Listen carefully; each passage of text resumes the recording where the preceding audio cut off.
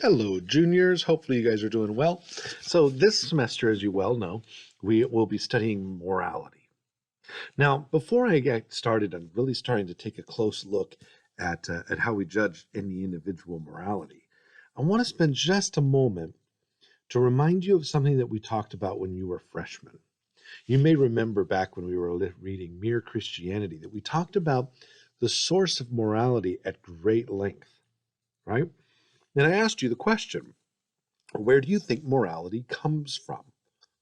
And we came up with two sources of information that we know that we can get information from. There's only two. There's only two things, only two kinds of information that ever get to us, right? One kind of information is the kind of information that comes from within inside of us. We call these instincts. This is information that wells up from inside of me. For example, I'm hungry. That information didn't come from outside. That information came from inside, right? I'm tired. Gosh, she looks beautiful. Any of these kind of instinctual information. This comes from inside of us, and then we have another kind of information, and that's the information that comes from outside of us. This is information that comes from our parents, from our culture, from our teachers, from our friends. It's outside information, right? So two kinds of information from inside and information from outside, and that's all we got. And when we look at all of the different things that we know, they're usually either one of those two kinds of information or they're a combination of the two, right? For example, sometimes I realize I'm hungry when I see somebody else eating something that I want, right? So like I got outside information and inside information, and the two are joined together. So we could have both. The question that we were looking at in depth when we were freshmen was this: which kind of information is morality? Which is it? Is it internal information or is it external information? And as we took a close look at this, you may remember that we realized that it couldn't be either. And that's strange, like super strange. Like that's so strange as to shake the foundations of everything that we know. Because we only know of two kinds of information. Everything we know is those two kinds of information. So the idea that we would have a third kind of information that isn't either is very, very odd, almost alien, right? Now, why was that so? You might remember, well, we know it's not an instinct because we know what instincts are like, right? Instincts conflict. Instincts are different depending, they're situational. They're all about survival. Morality is not. Morality is not about survival. It's not conflicting. In fact, it makes you do exactly what the things that are inside of you are telling you not to do. Remember the girl by the river, right? The girl's floating down the river and you're standing on the shore and you want to save her, and you have two conflicting instincts, the desire to save her and the desire not to die, right? Remember that? So in the same way, because of this, we know that morality is not instinctual. Doesn't mean that we don't have a herd instinct. We do. We do want to protect the young. It's the reason babies are cute. But it's not, our instincts don't directly come from our morality.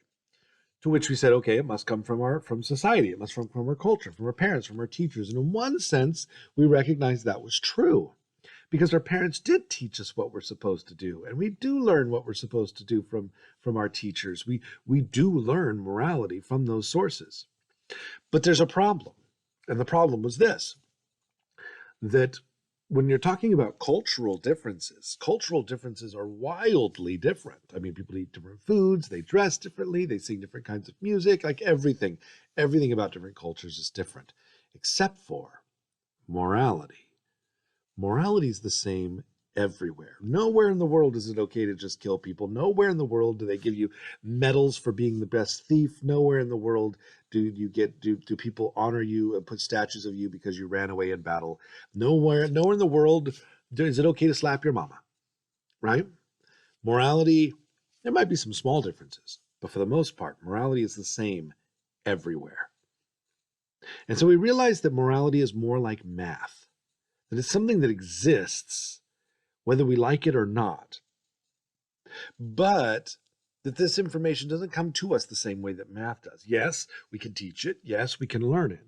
But it's the same for everybody. And that this as we you might remember that we talked about at great length during your freshman year, this is actually one of our fundamental arguments for the existence of God, is that we have information coming from outside of from completely outside of everything that we know, outside of our instincts, our biology, and outside of our culture and outside of our experience. That this information comes in from the outside. And that means that there must be a sender of that information. But we'll talk about that some other time. Or we already have when you were a freshman. Today, what I want to do is I want to start kind of understanding how this moral code relates to individual moral actions that you or I may take, right? So we've got to get some things down first. We've got to understand some basic concepts first. Before we can actually begin to start looking at morality itself, we need to have some basic ideas down. So, idea number one, and this one's super important. Don't mix this one up. There are no generalizations in morality. Yes, we can generally say it's wrong to murder people, right? But every single individual action must be judged on its own. Let me explain. I can say, for example, that murdering people is bad, but I can't say how bad it was for you individually using that general rule. No, I've got to judge your situation individually. Every time you do something, every individual action you take has to be judged separately on its own, right? So there's no sweeping judgments here. Everything has to be done on its own, right? So the first things first, whenever we look at a moral action, we can't just look at the thing they did and say, oh, they're going to go to hell for that. No, it doesn't work that way. We can judge that the action that they did was bad, but we can't say how bad it was for them.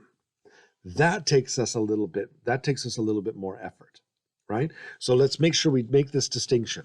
I can say that this thing is a bad thing, right? Slapping your mom, always a bad thing, right? It's a bad thing.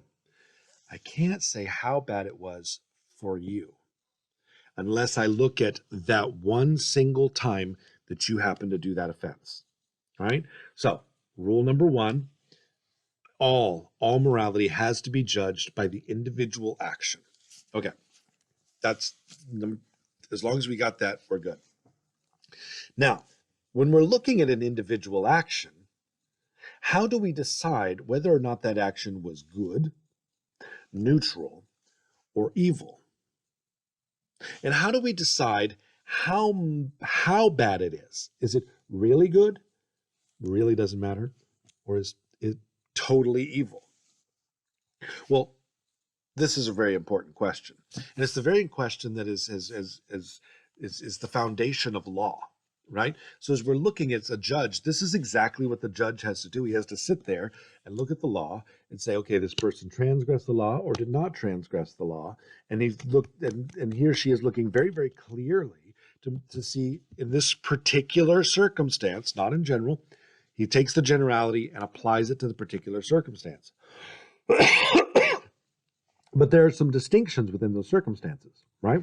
Okay. So it's time for us to spend a little bit of time to understand those distinctions. First, let's talk about judgment. Can one person judge another person? The answer is yes and no. Yes, we can judge an action, but we can't judge the person. So it's important for us to make this distinction as well. So distinction number one, every action is judged individually. Number two, I can judge an action, I can't judge a person. We're going to see why that's the case very, very quickly. So I can judge that an action has consequences, and that the consequences may impute a punishment of some kind on a person. That's totally licit. That's totally okay. But I can't judge the person themselves. I can't, for example, say, that's a bad person because that person did X, Y, or Z. Nope, doesn't work that way. So I can judge what you did and say that was a bad thing that you did at this time and in this place. But I can't judge the entirety of your person based off of that action, right? So rule number one, every action is judged individually. Rule number two, I can judge actions, but I can't judge persons. Okay, how do I judge an action?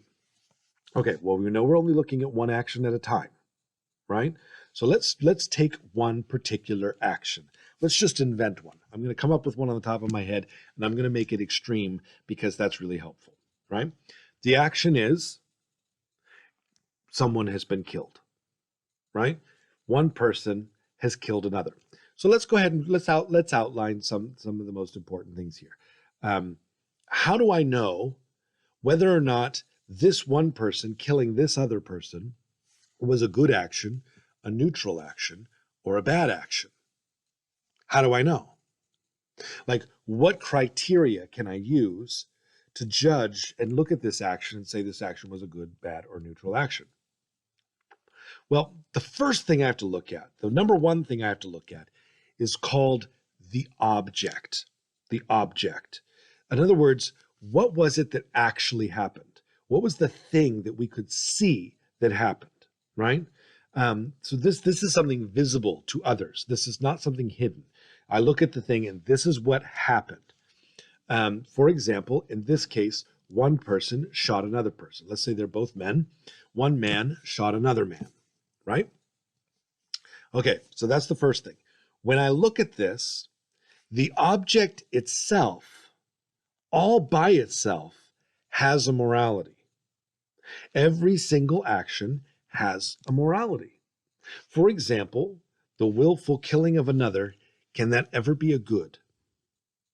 No, it can't. It's against the Ten Commandments. It's wrong to kill someone. It's never, ever can it be a good thing. We can never be in a situation, ever in our life, where killing another person is a good thing. We might find ourselves in a situation where it's a neutral thing, but we'll never find ourselves in a situation where it's a good thing.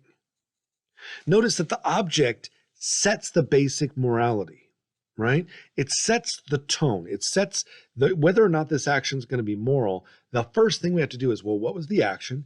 And was that action moral in and of itself? Now, how do we know whether any one particular action is moral or not? Well, we're going to look at objects later. We're going to go through the Ten Commandments one by one and be able to really delineate every single action and how it relates to to the Ten Commandments, whether that action is a right action or a wrong action. And we'll be able to judge whether it's good or evil based on that information. But we're going to get to that part later. Right now, I just want to make sure you understand what an object is. The object is the actual thing that you saw, the thing that was done, right? I shot somebody. I went and got McDonald's for lunch. I took a nap. I gave money to charity. I did a thing. That thing that I actually did, that's the object. Second thing, so we have object. Second thing we have to think about when we're judging a moral action is the intention. What was that person trying to do? Now, I know when I was talking about the object, you probably thought that already. You probably thought, well, wait a minute, it depends. It depends on what that person's trying to do, what they want. You're right, it does.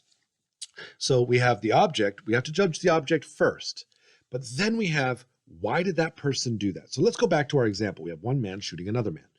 Well, we can have a lot of different intentions for this, right?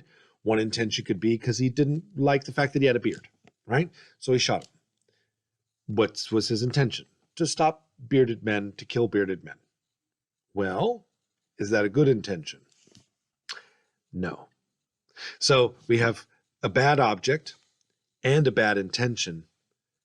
This is evil, right? There's no way of getting around this. We have an evil object and an evil intention. This is going to be an evil action. Well, let's take another scenario. Man kills another man, right? Man kills the man because that man broke into his house and is charging him. Well, wait a minute. What's this man's intention? Is this man's intention to murder the other person? No, this man's intention is self-preservation. He's trying to save his life. The other person, the man he's shooting, is trying to kill him. Well, now, is this an evil action? No, it's not. It's not a good action because killing a person can never be a good thing, but it's not a bad action because you're trying to preserve life. In other words, it's a neutral action. Now, it doesn't feel neutral in any way. It feels very intense and very serious, but morally, it's a neutral action. Don't get me wrong, that could change very quickly depending on whether the person's intentions change. But your intention can do this. Here's how intentions work. The object sets the morality. Is this a good action or a bad action or a neutral action?